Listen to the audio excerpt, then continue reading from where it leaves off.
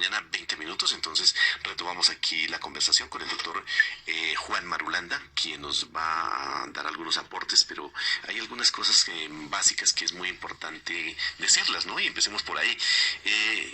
¿Cuál es el origen del coronavirus? Coronavirus, también COVID-19 ahora, ¿no? El nuevo nombre COVID-19 de este coronavirus. ¿De dónde se originó? ¿Es cierto lo de los murciélagos?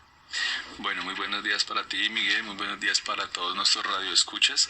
Pues efectivamente es un nuevo brote que se está presentando a partir de la última semana de diciembre aproximadamente. Y parece ser que tiene que ver con una zoonosis, ¿sí? Una enfermedad que se transmite de animales a humanos. Parece ser, pues el origen aún no es claro, pero pues se habla acerca de comida de mar contaminada en los mercados, en la población de Wuhan, y también con el consumo de este tipo de especies como lo son los murciélagos.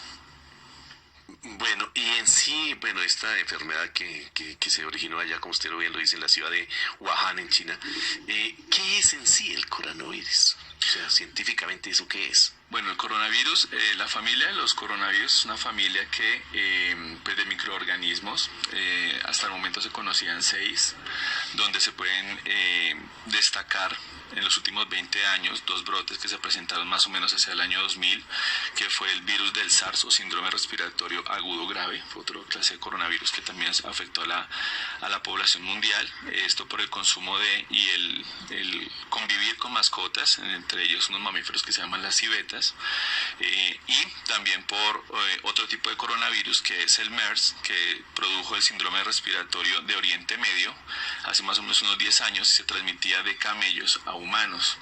Es una familia de virus, como lo decía antes, que produce este tipo de zoonosis, entonces se producen de animales a humanos.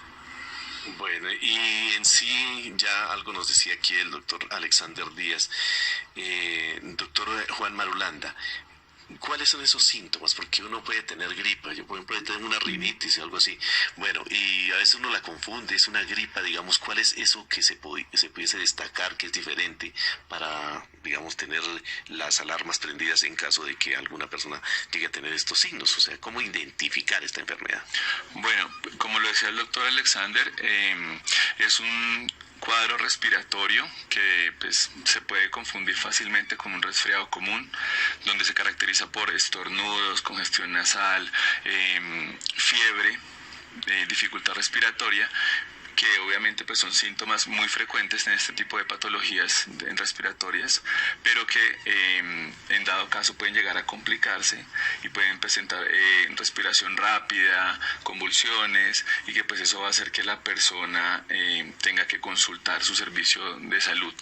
Son síntomas realmente que son muy cotidianos. Tú sabes que a todas las personas pues que no ha pasado por un resfriado, y esos son síntomas muy comunes.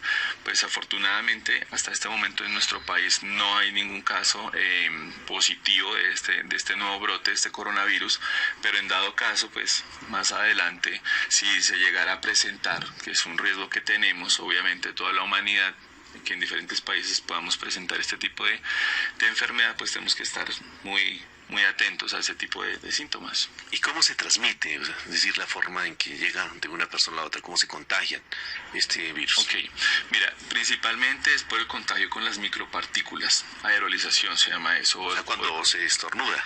Exacto, cuando tú tienes estornudos, cuando la persona tose y no tiene esas medidas preventivas o de precaución que nombraba el doctor Alexander, que es toser o estornudarse y cubrirse con la parte anterior pues, del antebrazo. Entonces las personas van a tener ese tipo de contacto con las micropartículas en diferentes partes de sus mucosas, las van a respirar o van a tener contacto con secreciones de personas infectadas al saludar con la mano, un beso, y eso va a hacer que obviamente pues la persona al tener contacto con esas secreciones se transmita el virus. Y por eso la importancia del tapabocas, o sea, el tapabocas es más para evitar precisamente lo que usted está diciendo, que de pronto en algún ambiente esas micropartículas sean respiradas por quien está sano.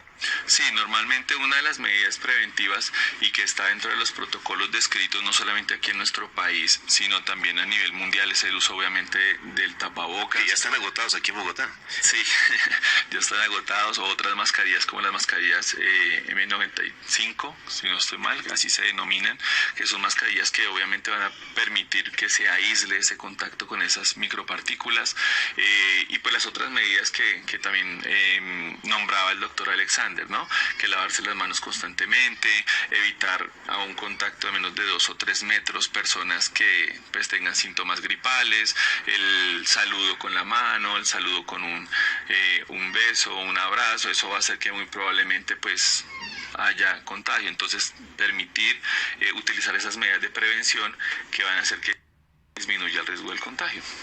Esas micropartículas que quedan ahí en el aire cuando una persona tose o estornuda, ¿permanecen qué tiempo? ¿Hay algún estudio sobre eso? O digamos, a los 5 minutos ya no hay nada ahí. Sí, pues eso tiene un periodo de incubación, pero realmente es muy corto, y la parte de la diseminación en el ambiente, ¿sí? Son lábiles. En este momento no te tengo como tal el tiempo estimado, pero sí, realmente pues no van a durar mucho en el ambiente. Sí, bueno, este es un tema muy interesante que estamos tratando en el día de hoy, lo que tiene que ver con este virus y con las pandemias y el caos de salud que también están en nuestro país. Y también tenemos algunas cifras relacionadas con lo que está sucediendo en el mundo. Hoy se habla que hay más de 50 países que tienen este problema. Corea del Sur, Japón, Singapur, pues lógicamente la China, que es donde está más del 80% de los casos, en Irán, en Italia, en España. Y pues también aquí a nivel de nuestro continente ya hay un caso en Brasil. Bueno, de esto y otras cifras y otras preguntitas que tenemos aquí para el doctor Juan Marulanda estaremos hablando después de la pausa de la media hora. Así que no se retiren y en breves minuticos regresamos con el solidario Vive la Noticia.